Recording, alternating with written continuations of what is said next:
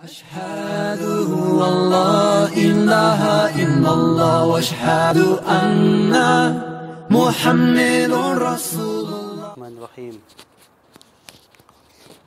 Assalamualaikum warahmatullahi taala wabarakatuh. Alhamdulillahilladzi nahmaduhu wa nasta'inuhu wa nastaghfiruh wa na'udzu billahi min shururi anfusina wa min sayyiati a'malina. Man yahdihillahu fala mudilla lahu wa man yudlilhu fala hadiya lahu. Asyhadu an la ilaha illallah wa asyhadu anna Muhammadan abduhu wa rasuluh. Amma ba'. Okey. Jazakumullah, thank you for coming. Terima kasih. Okey, hari ni saya rasa buat pertama kali kot IDT ni ada macam tajuk yang psikologi. Okey. Dan tajuk pula terus-terus psikologi. Apa benda ni, narcissism ni. Okey, kita macam bunyi macam nak pergi perang ataupun nama band heavy metal ataupun honestly, rasanya ada yang first time tak dengar. It's okay kalau first time pun dengar sebenarnya. Ramai je orang yang first time dengar perkataan ni.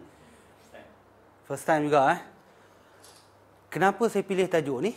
Sebab saya pernah bentangkan ni di tempat lain sebelum ni. Dan orang kata first time dia dengar dan dia rasa benda ni penting. So Alhamdulillah ada juga lah orang berkongsi pendapat dengan saya bahawa tajuk ni penting. Kenapa saya cakap tajuk ni penting? Narcissism.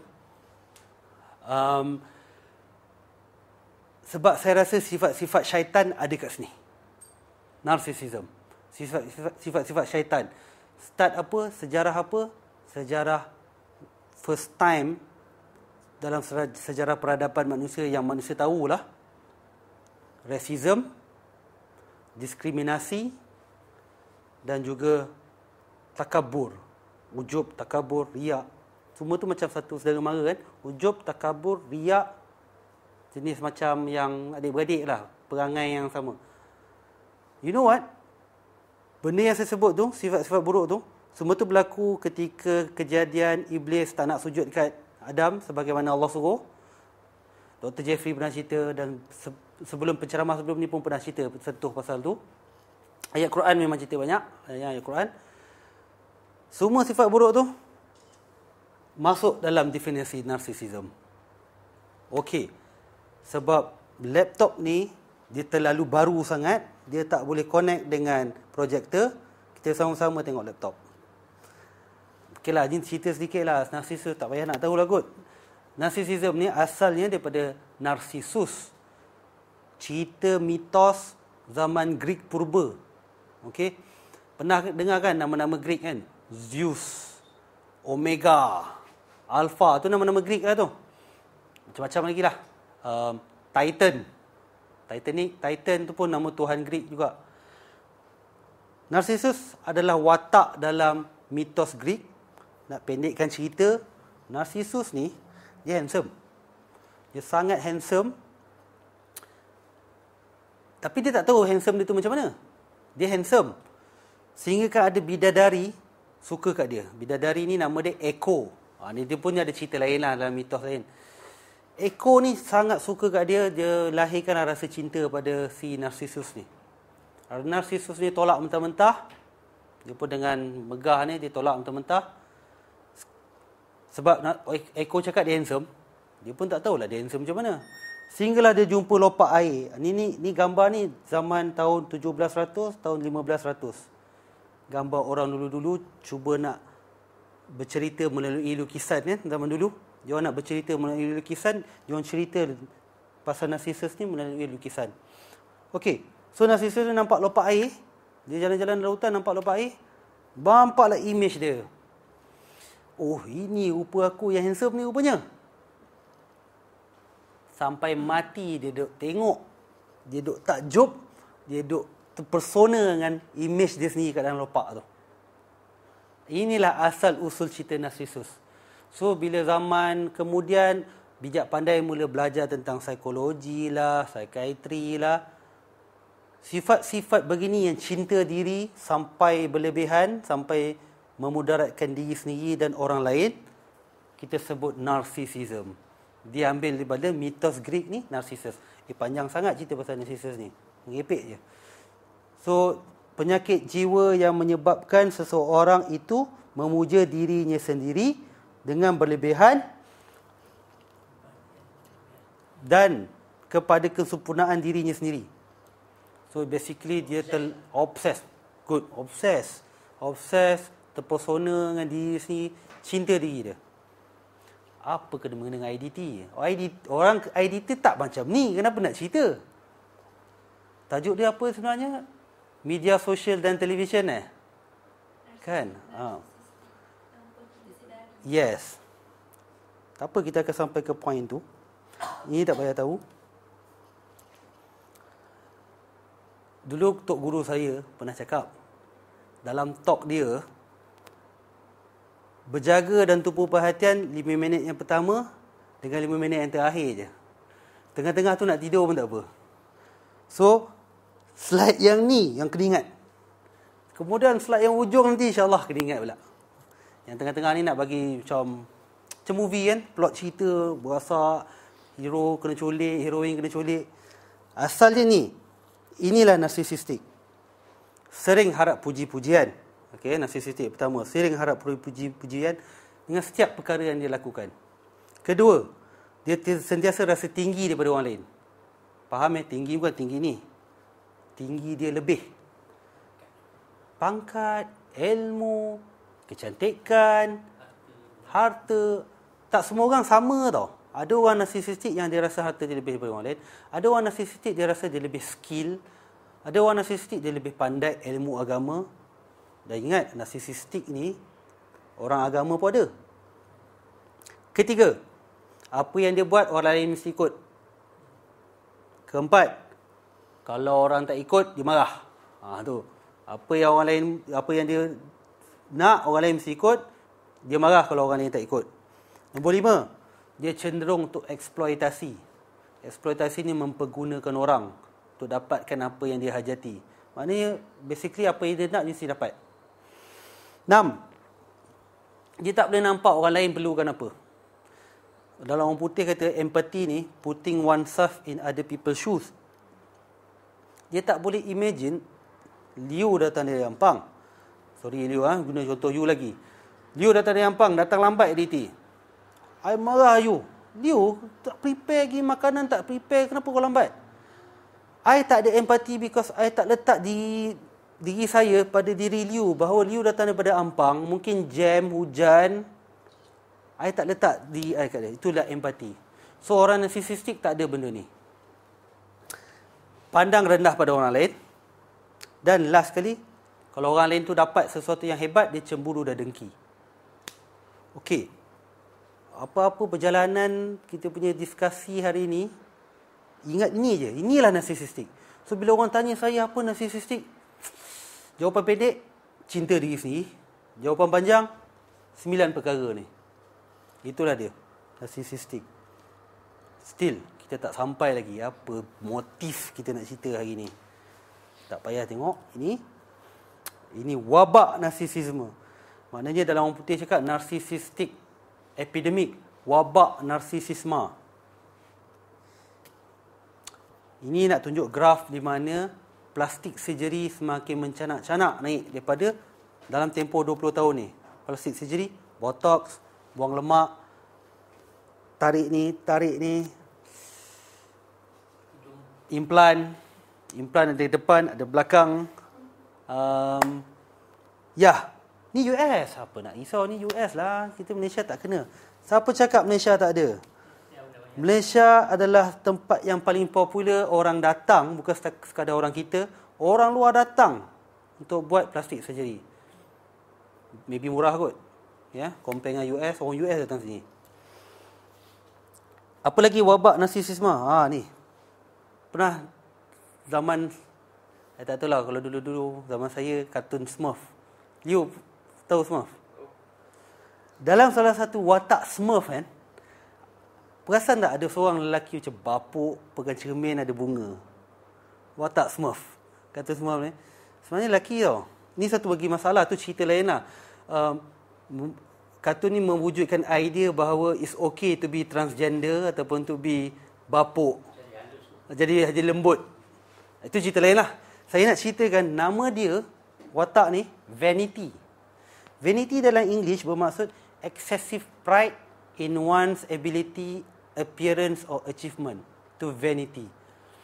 Dalam narsisisme, dia ada vanity. Mana dia sangat berlebihan bangga tentang appearance dia dan kelebihan dia. It's okay to be bangga dengan apa kita ada, tapi it's not okay kalau bangga saja tanpa syukur. Dan it's not okay kalau bangga je kita fikir. Tak pernah fikir tentang improvekan diri macam mana Allah suka. Saja bagi gambar Smurf supaya you ingat vanity. Vanity adalah excessive pride.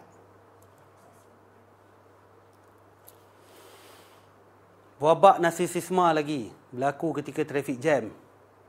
Bila dalam traffic jam, kita rasa kita je yang kena datang sampai destinasi dengan cepat. Betul tak? Dalam belakang steering, kita rasa kita je yang betul. Pernah dengar kan? Orang Malaysia ni sangat baik sehinggalah dia behind the wheel. Pernah dengar kan? Somehow saya rasa macam betul. Somehow macam saya pun bila dalam traffic jam, dia macam kena rasuk. Saya rasa kan, saya patut tanya soalan ni pada Dr. Jeffrey itu yang pasal jin tadi tu. Betul ke kalau traffic jam mudah kena rasuk? Dia jadi macam different personality. Orang kita nak pancung orang, pancung kan? Orang potong dengan secara mengejut dipanggil pancung kan? Pancung, kita memancung, orang memancung kita marah. Allah Akbar. So, tu traffic jam. Kita rasa kita je yang nak sampai awal. Tu narsisistik tu. Kita je yang lebih. Kita je yang ada keperluan. Orang lain tak ada. Ingat narsisistik. Tajuk saya apa? Gejala narsisistik yang tanpa disedari. So, inilah dia. Pernah dengar cerita yang perempuan dengan pemandu teksi, dia terlanggar sikit sampai keluar spana nak okey. Saya tak salahkan sesiapa dan cerita ni. Bagi saya, ini pengajaran bahawa ini macam isolated case. Mungkin orang sempat ambil gambar dan viralkan. Saya percaya beratus ataupun beribu lagi kes yang lebih kurang sama berlaku kat Malaysia ni. Di mana masing-masing nak menang. Sehingga sanggup cederakan orang lain. Dan ini paling common. Keyboard warrior ada. Nanti saya cerita sekian sikit. Macam mana? Apa kena-mengena media sosial dengan narsisisme ni? Meja makan pun masing-masing dengan handphone. Wallahualam lah, ni memang dah biasa nampak lah ni. Jangan confuse bila kita sebut narsisisme dengan self-esteem, keyakinan diri, kehormatan diri. Jangan confuse narsisisme dengan tu. Orang selalu confuse. Kita ni perlu kata kita special untuk naikkan rasa confident kita. Lain tu sebenarnya. Ada juga orang rasa narsisisme ni ada memiliki sifat kepimpinan yang tinggi. Orang selalu cakap pemimpin yang bagus adalah pemimpin yang narsisistik. Saya tak setuju. Pemimpin yang bagus, dia fikir juga tentang orang lain. Dia fikir juga tentang keperluan anak-anak buah dia. Orang kata narsisisme ni penting untuk daya saing. Kita perlu untuk rasa diri ni istimewa supaya kita boleh bersaing dan boleh menang. Inilah problemnya. Sebenarnya pendidikan kita dipupukkan dalam kanak-kanak supaya rasa special, rasa daya saing, sentiasa mesti dapat nombor satu. Itu saya nak kritik sikit. Ada problem kat situ tu nanti. Umat Islam pun sama. So cerita dia bukan narsisistik dekat orang Amerika ataupun orang yang traffic jam je. Tak bawa kereta pun, ataupun duduk belakang komputer je pun. Kenapa? Politik. Menopah. Semua rasa dia betul. Sampai dia lupa bahawa sama-sama ni sembah Allah satu. Sama-sama percaya Allah ni yang buat everything. Sampai dia lupa bahawa Allah je yang berhak judge you. Bukan you. Bukan you sebagai UMNO, judge PAS, judge UMNO. Dalam fiqah pun, ini lagi lah. Bidang mazhab kan. fanatik sangat. Macam Haji cakap tadi, fanatik mazhab Syafi'i. Orang buat perkara yang Hanafi, dah dia condemn, dah tak Islamik. Okey. Yang ni lagi best, lagi popular, lagi orang suka. Ideologi. Wahabi, bid'ah. Salafi, Khalafi. Apa lagi? Macam-macam lagi kan? Semua ni saya macam berdebar jantung cepat tau. Bila saya nak try cari gambar Wahabi versus ahli bid'ah. Ya Allah, na'udzubillah, gambar-gambar image. You try You type Wahabi versus ahli bid'ah. Gambar-gambar dia macam dia nak tunjukkan masing-masing samalah. Baik orang yang sokong Wahabi, saya pun tak tahu dia faham ke tak Wahabi tu apa. Mengutuk ahli bid'ah, yang orang ahli bid'ah kutuk Wahabi, dia macam diri tu mulia, macam sampai mengkafirkan orang. Na'udzubillah. Tapi ini asalnya kenapa kita rasa kita je yang betul. Okey, ni yang paling best saya nak kritik ni. Sebab apa saya suka kritik media sosial? Sebab saya tak ada Facebook. Tak fair kan? Tapi saya ada WhatsApp lah. So, still, saya terjerumus juga dalam... Okey, saya cerita dulu apa orang putih dah buat tau kajian. Senang cerita, orang yang paling panjang hours dia kan narsisisme dalam dekat Western psikologi, dia ada buat questionnaire tau. Dia ni orang putih ni memang mengkaji, memang dia terror lah. Narsisisme ni dia buat satu questionnaire panjang, dia dah test, dia dah try, memang valid lah. So, questionnaire ni dia bawa ke satu sampel mungkin dalam 1,000 orang. 500 orang guna Facebook mungkin dalam 3 jam je sehari. Yang lagi 500 orang guna Facebook dalam mungkin 5 jam atau 10 jam. You know what? Orang yang paling banyak guna Facebook dalam sehari, skor dia dalam questionnaire narsisisme tu sangat tinggi. Okay. Dia tak cakap guna Facebook untuk apa. Dia kata guna Facebook je. Right? Saya faham. Orang guna Facebook, saya suka orang guna Facebook 3 perkara ni. First of all, medium dakwah macam IDT ni, for sure. Dan banyak lagi medium dakwah yang lain. That's good. Second, business. Masya Allah, saya sangat sokong orang yang buat business, tak payah buka kedai ya, melalui Facebook kaya raya. Alhamdulillah. Good for him or her. Third, support group.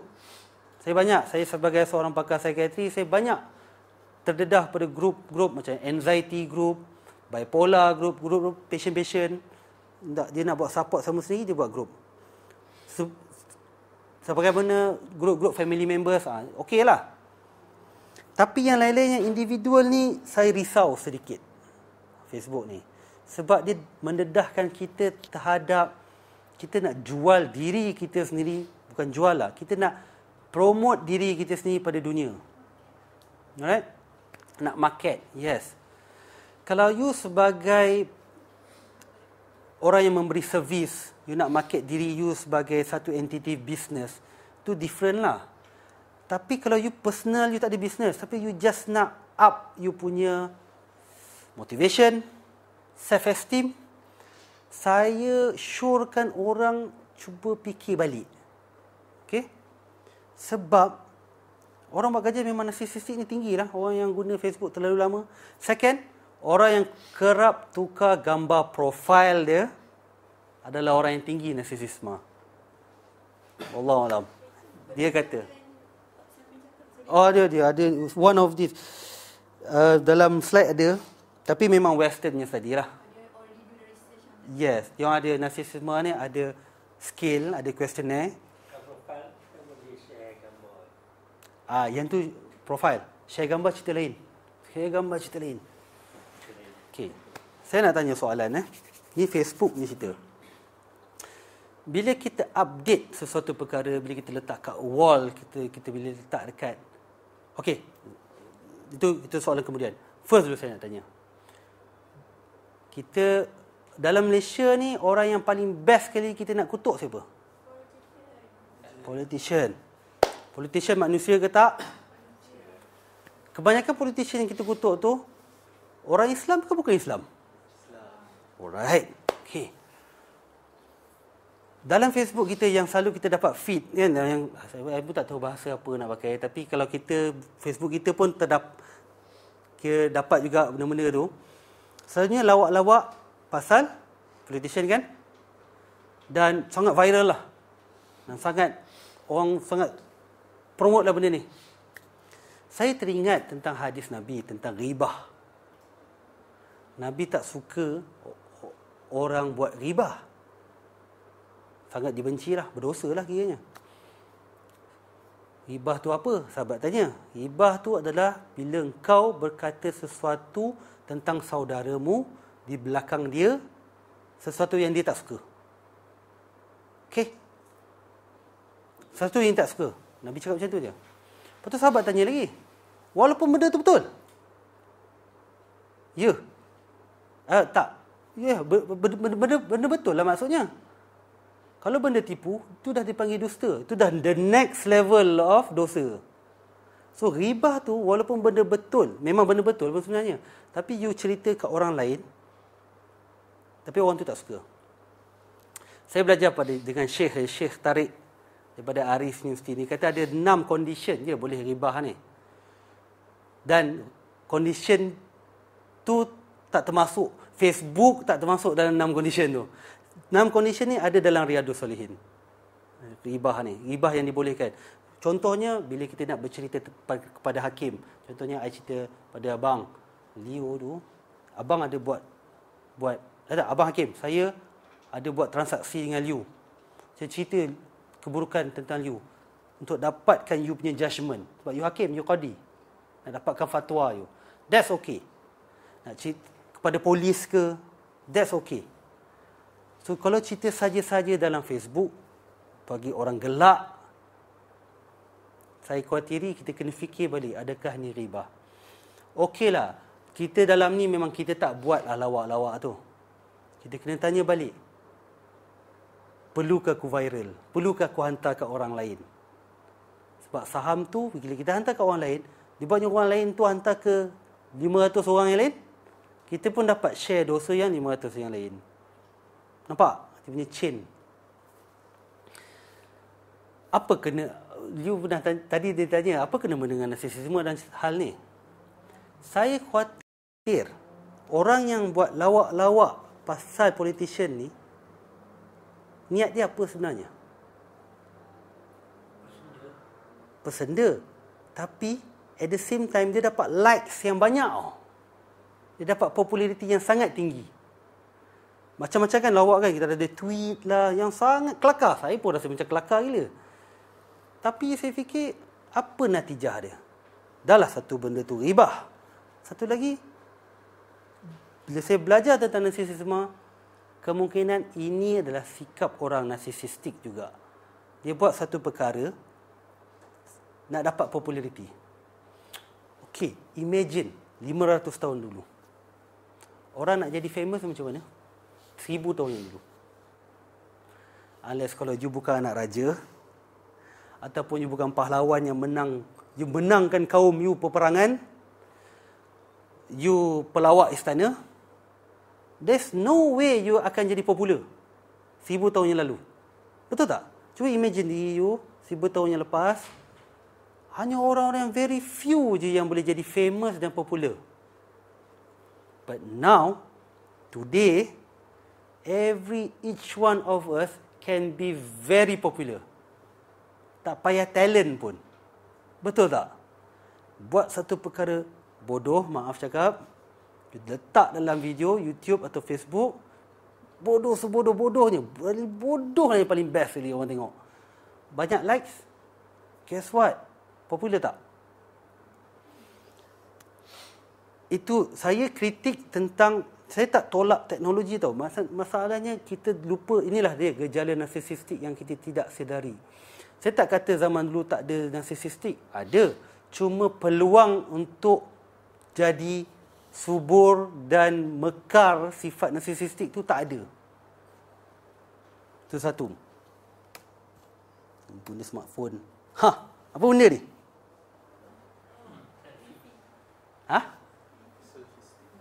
Selfie stick. Tongkat ni. Monopod. Itu kita punya bahasa kan? Monopod.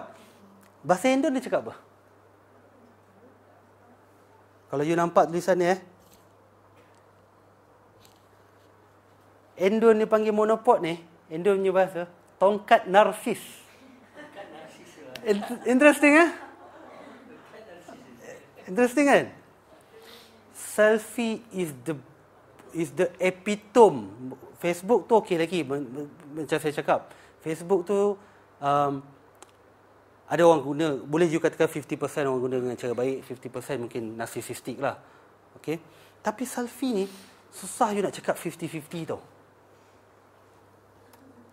Tahu tak? Sebab peluang you nak berselfie, okey lah, fine. Kalau tak ada sangat orang tu kat pulau tu, you katakan you pergi vacation kat pulau tu kan. You 3 beranak, 3 orang ke 2 orang ke. Tak ada manusia lain kat situ. Dan bolehlah selfie. Sebab you nak tunjukkan you berdua. Tapi bila je vacation yang tak ada orang? Betul tak? I tak kritik orang guna selfie ke tak. Tapi itulah, bila kita, itu fine. Bila dah berselfie, post pula kat orang. Dan again, guess what? Orang putih kaji benda ni, Masya Allah. Mak Saleh ni tak tahulah dia orang tak ada kerja lain ke, ataupun dia orang sangat kritikal ke. Dia orang kaji orang yang guna selfie ni macam mana. Dia orang buka Facebook, again Facebook juga. Facebook yang gambar selfie, dia orang kaji. Selfie yang diedit-editkan, narsisistiknya tinggi di kalangan lelaki. Facebook yang banyak selfie, generally memang perempuan, dan kebanyakannya memang narsisistik. Itu Mak Saleh punya. Lelaki, walaupun banyak selfie, tapi belum tentu dia narsisistik. Dia kena, lelaki ni dia special sikit. Dia yang diedit tu. Gambar yang tu diedit. Kalau banyak diedit, mana dia narsisistik. Tapi perempuan secara general, kalau banyak gambar selfie, memang dia narsisistik. Itu Mak Saleh lah. Orang boleh counter saya balik lah. Itu Mak Saleh. Betul, saya angkat tangan, saya rasa ni Mak Saleh. Malaysia tak ada orang buat kerja lagi. Tetapi you can imagine kan, apa yang kita buat sekarang, bukan ke orang putih buat sebelum ni? Maknanya, apa yang kita buat dalam Facebook, Mak Saleh dah buat dah. Berniaga dalam Facebook, Mak Saleh buat. Selfie, Mak Saleh buat. Dulu kita buat. Logikkah kalau saya cakap, narsisistik pun akan meningkat macam mana Mak Saleh meningkat? Saya kat sini bukan nak bagi fatwa. Jangan berselfie maka haramlah kamu. Tekan. Saya tak kata Facebook, janganlah kamu bertukar gambar profil kamu kerana itu adalah narsisistik. Tak. Saya just nak provoke you. Bila you buat tu something tu, think twice. What is the reason? Facebook. Ambil gambar keluarga.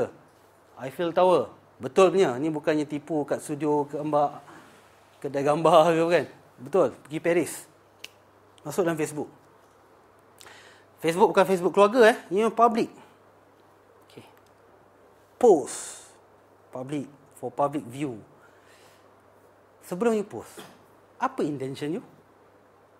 Apa intention you?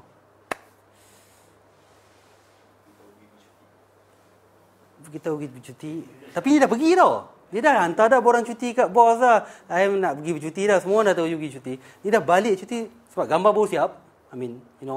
Dia baru dapat sort out gambar dia. Okey lah, kita post gambar yang ni. Yang paling cantik sekali. Itu satu hal lagi. Gambar yang paling cantik sekali kita postkan. Untuk public. For what? Itu je saya tanya. Saya tanya itu je. For what? Saya tak kata, saya tak bagi apa-apa judgement kat sini. Saya bagi tu for what? To share the experience. Maybe. Good. I don't know. Maybe. To share the experience. So that other people will to share the experience so that encourage people to go to the place. good. Same like Brother Liu bagi contoh. Bukan Paris. Bukan Eiffel Tower. Dia gambaran. Dia sebut tadi. Allah yarham Tok Guru ni Aziz. Dia kata dia berguru. Katakanlah dia berguru dengan basically macam ni lah. Aku dah berguru, korang bila lagi? Sort of inspiring punya message kan? Betul? But think again. Adakah itu memang niat kau? Because why? I'm not here to judge your niat ke apa tau. Because I'm just bagi peringatan. Allah tahu tau kerja-kerja you ni semua. As you terdetik nak pukul Dr. Zul pun Allah tahu. Macam tu lah kan. Orang yang anti whatever, Allah tahu. So Allah tahu bila you post gambar ke Paris, post gambar bergambar dengan Nik Aziz, Allah tahu. Masya Allah, kalau ada orang yang memang dapat benefit daripada gambar tu, dia macam encourage nak pergi Paris, dia berazam ataupun dia encourage nak belajar dengan Nik Aziz ataupun mana-mana Tok Guru, because of that gambar, dia dapat. InsyaAllah dia dapat. Tapi dosa dia ujub, kita tak tahu, Allah dia tahu. What I'm trying to tell here is, remind balik, what benefits can we get from the activity ataupun behavior kita tu? Adakah aktiviti dan behavior kita itu akan menyebabkan kita a better servant of Allah? Ini provokatif je. Bukan tunjuk fatwa ke apa ke. Itu Sometimes gerak pertama tu just to share. Betul. Tapi bila dah banyak like, banyak orang puji, mungkin ujung tu akan datang. Masya Allah. Sister dapat pun mesej saya cuba sampaikan. Maknanya, nampak tak dia punya? Tak macam tu tau. Betul. Ha. Cuma saya just tak share dengan kawan tengok macam tu je lah kan. Tapi lama-kelamaan macam mana kan? Lama dia jadi lain lah. Bila banyak like, lepas tu kita keep Sebab ni check dulu notification. dapat Oh, 20 like lagi, like. Yes. Tak share pula. Sana share pula gambar kita gambar lain kan. Itu ya. Jadi happy rasa macam. Wallahi, ini bukan saya nak cerita pasal orang. Pernah terjadi pada diri sendiri juga. Tapi bukan Facebook, macam WhatsApp contohnya. Contoh WhatsApp.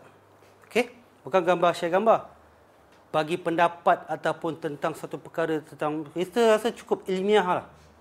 Kita bagi pendapat. Ataupun tak kontroversi, tak ada tentang politik ke apa, bukan. Cerita satu perkara, kita bagi. Faham? You know what? Allahu Akbar. Allah, astagfirullah. Masa tu saya rasa irritated, tersinggung, tak ada siapa tunjuk ni. How sick is that? Kan? Saya jujur, saya kata, pernah alami macam tu.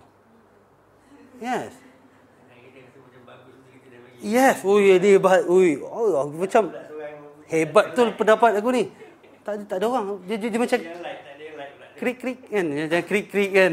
Nak je saya pula tulis tu krik-krik kan. How sick is that? So, yes. Betul. Bila kita rasa irritated tu, then now we know we are not sincere pun sebenarnya. Betul tak? Fikir-fikir alat ni memang alat all this alat ni memang part of the jahal punya dajjal. Wallahu alam. Wallahu alam, Syekh, saya tak tahu. Betul. Tapi caveat saya dah letak. Tak lari dah. Kita nak lihat insight nanti. Betul. Caveat saya dah letak tadi, perkara baik dulu yang berlaku tentang alat-alat ni. Sebab saya tak nafikan sebagaimana kereta. Kereta tu memang ilmu umat saja buat. Tapi kita rasa itu sangat penting untuk kita datang kuliah, untuk pergi kerja. Tapi dah ada kereta, orang buat pergi racing pula. Dah pula laki-laki orang pula dah sibuk, obses dengan kereta, nak betul kereta, tak habis-habis nak betul enjin, tukar tayar. You know, ada orang macam tu kan? Sampai lupa keluarga, lupa nak belanjakan keluarga. So, memang ada keburukan. Tapi benda baik tu kita tak boleh nafikan. Maknanya Facebook tu it's not the place, I think maybe it's not the place for to share personal things lah. You know, personal things. Dia akan menyebabkan macam-macam fitnah. Ni belum saya cerita pasal Ain lagi kan, evil eye. Bila kita post gambar anak kita yang comel sangat tu, because dia terlalu comel, kita rasa dunia lain patut tengok anak ni sebab dia comel sangat. But we forgot about Ain. Allah tak sebut pun Ain tak jadi kalau melalui Facebook. Tak. Kalau dia nampak gambar tu, kalau orang Orang ada trip, I don't know, mungkin rasa jealous ke. You know what, the tragic thing is, yang tengok tu orang yang try dapat anak 15 tahun tak dapat anak. We don't know, dalam ratusan kawan kita tu, mungkin ada orang yang try dapat anak tapi tak dapat. Wallah, Allah dah bagi tahu cerita pasal Ain, then that's how kita restrain diri kita bila kita, think twice bila kita share benda-benda macam ni. Again, gambar Paris pun, not only budak. Ain ni saya tak kata pasal budak je. Orang besar pun boleh kena Ain. So again, narsisistik yang tak disedari ni boleh membuatkan pelbagai perkara yang tidak baik lah. Kita nampak tak ujub secara ketara, tetapi secara perlahan-lahan yang menyusup sifat-sifat iblis ni lah. Ujub, takabur, riak, kita lebih. Kan?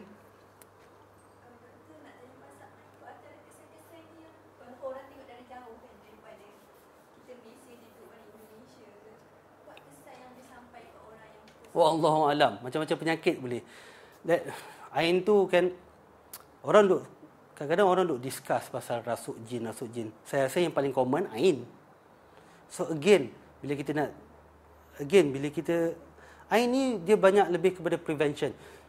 Kalau nak kirakan treatment Ain tu, dalam hadis sahih lagilah pelik.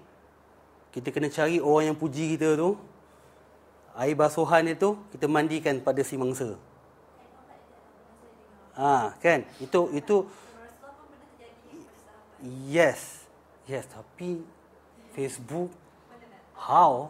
Kita pun tak tahu siapa yang puji kita, So, in the end, back to the preventive measure, langkah pencegahan lah. When kita puji seseorang, kita kena kaitkan nama Allah. Kan? Subhanallah, handsome yang Liu ni. InsyaAllah. Kan? Ada dalam hadis sahih invocation, kalau you buka buku Al-Qahtani, invocation ruqyah ada satu bab pasal nak prevent Ain ni. Bila kita sebut puji seseorang, kita sebutkan nama Allah. Bila kita dengar orang tu puji dia, kita pun sebut nama Allah.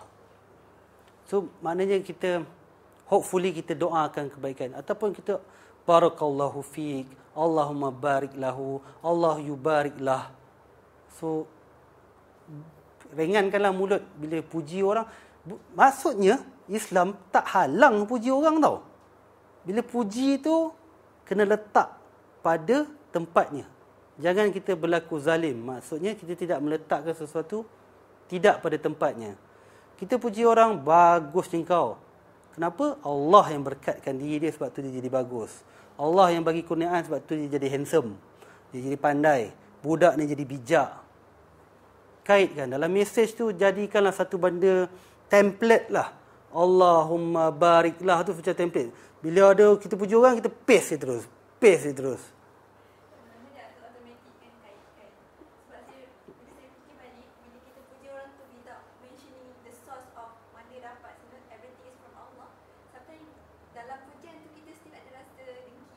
Exactly, betul lah. Dia macam kait nama Allah ni, dia macam settlekan everything, cuci everything untuk si kena puji dengan si pemuji sekali. Masya Allah. So actually saya tak terfikir pun pasal Ain ni sebenarnya bila nak cerita pasal narcissism ni. But when we talk about Facebook, this is what happening lah. This is what is happening. We are talking about ourselves, our personal thing to the outer world.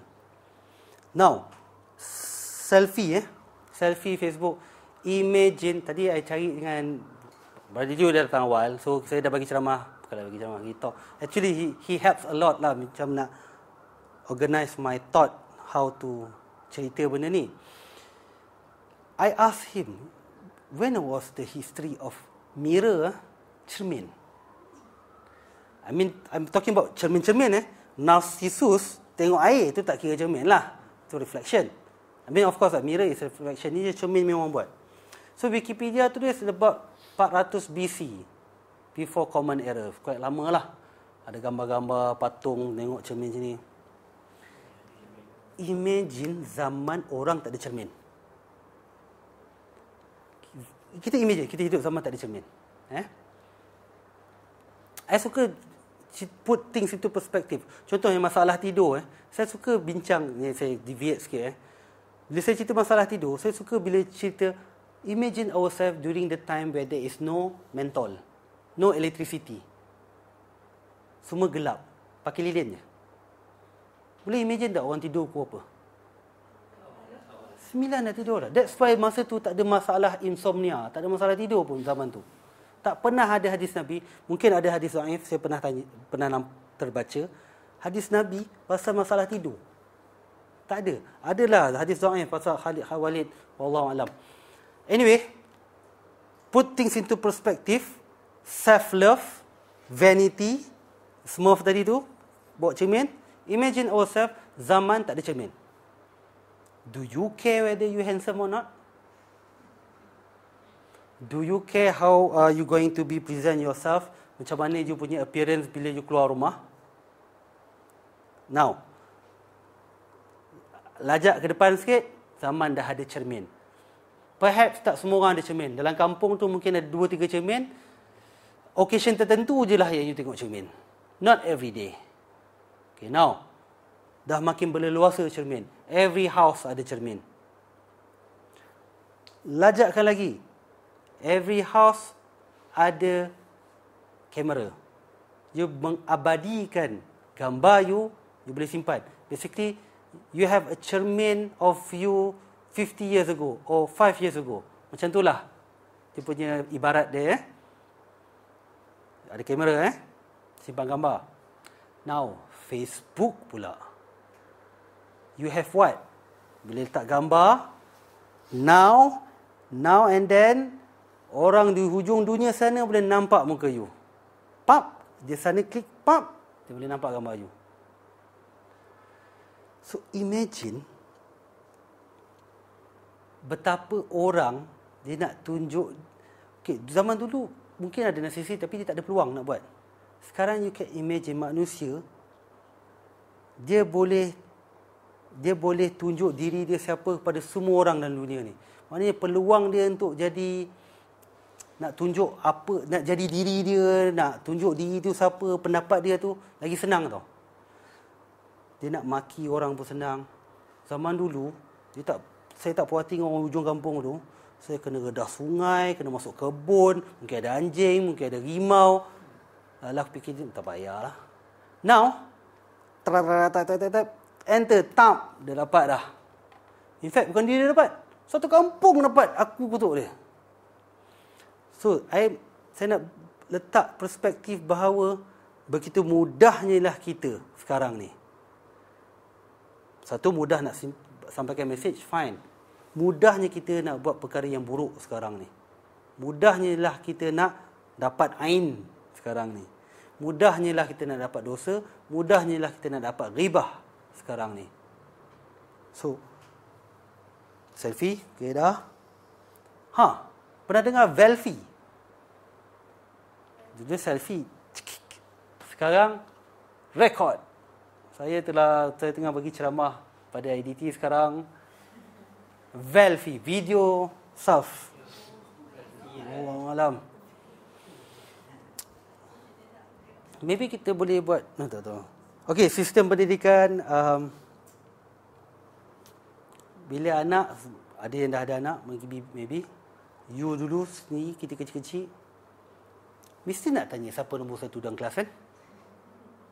Okay, it's okay. Bila dah tanya dia nombor 1, okay, katalah adik dapat nombor 3.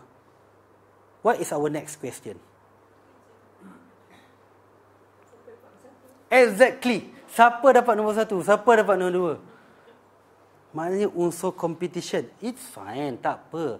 Tetapi soalan susulan dia, ada setengah mak bapak, mungkin macam sister, bagus, stop kat situ. Oh, Aina dapat nombor 1, ni dapat nombor 2. Adik mesti ikut macam mana Aina tu. Okay, that's good. Ada yang condemn. Macam mana boleh dapat ni? Kan? Dia macam seolah-olah perkara nombor 1 tu adalah hidup dan mati untuk budak tu. Pernah dengar lagu I Am Special tak? Budak-budak kecil nyanyi sekarang. Tadika lah. I Am Special tu anak saya je lah nyanyi. memupukkan sifat I am special. Dia je special. Dia je special dalam dunia. Ni ada masalah ni dengan perkara begini. Hari convocation. Ada pendapat ulama' jugalah di Malaysia dia tak berapa setuju dengan convocation ni. Yes. Macam meraihkan, dia bagi analogi. Saya tak setuju jugalah sebenarnya dengan pendapat dia. Tapi analogi dia tu membuatkan saya tersentak dan berfikir. Dia buat analogi di mana benda perkara tiap-tiap hari kita buat yang kita rasa sebagai satu achievement apa.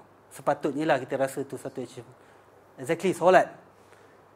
Sepatutnya kita rasa benda yang kita buat hari-hari sebagai satu achievement adalah solat.